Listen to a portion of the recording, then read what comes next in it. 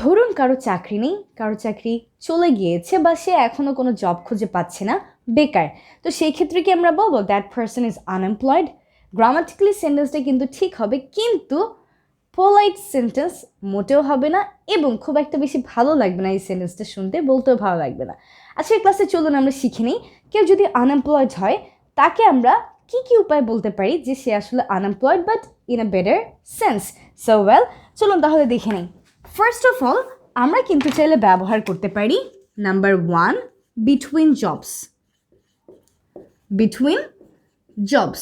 So যখন আমরা বলি বিটুইন জবস, এর মানে কোনো একজন লোকের চাকরি নেই, সে এখন বেকার, কিন্তু সে জব খুঁজছে। So instead of saying I am unemployed, I can say that I am between jobs. He is unemployed, he is between jobs. My friend is unemployed, my friend is between jobs. That's it. শুনতে আরো বেশি ভালো লাগছে, polite লাগছে। এরপর আমরা চাইলে বলতে পারি considering options. Considering options, যার মানে কোনো একজন কোনো একটা চাকরি খুঁজছে কিন্তু এখনও সে চাকরি পায়নি, তো আমরা পোলাইটলি বললাম যে সে আসলে ভালো অপশন খুঁজছে, ভালো চাকরি সে সামনে পেয়ে যাবে। So instead of saying he is unemployed, he is considering options. I am unemployed, I am considering options. They are unemployed, they are considering options. So আমরা বলতে পারি কনসিডারিং অপশনস। এর পরবর্তীতে আমরা যেটা দেখতে চলেছি এটা একটা লম্বা ফ্রেজ, কিন্তু খুবই পোলাইট, খুবই স্মার্ট অ্যান্ড বিউটিফুল টু।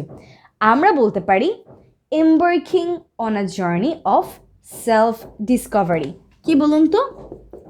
এম্বার্কিং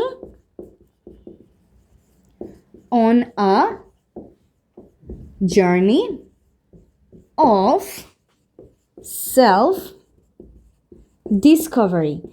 এই ফ্রেজটা অনেক বেশি চমৎকার এই কারণেই কারণ মিনিংটা অনেক সুন্দর।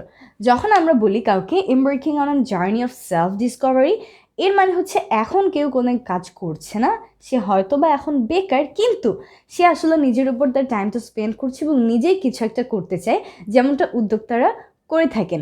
তার মানে সে নিজে সময় দিচ্ছে, কিছু একটার উপর টাইম ব্যয় করছে যাতে করে সে সামনে কিছু করতে পারে। ইটস নট লাইক সে এমনি এমনি বসে আছে। তো এই ফ্রেজটা আমার পার্সোনালি খুবই পছন্দের। সো ওয়েল, তাহলে নেক্সট টাইম থেকে আনএমপ্লয়েড কথাটা বাদ দিয়ে আমরা এই তিনটা ফ্রেজের ব্যবহার কিন্তু চাইলে করতেই পারি। কী কী আমরা শিখে নিয়েছি? Between jobs, considering options, embarking on a journey of self-discovery. For example, I am embarking on a journey of self-discovery. He is embarking on a journey of self-discovery. So এদেরকে আমরা ট্রাই করবো বেশি বেশি আমাদের কথার মাঝে ইউজ করার জন্য। And don't forget to make some sentences with these 3 phrases. And I hope to see you all real soon. Stay blessed and goodbye. Allah Hafiz.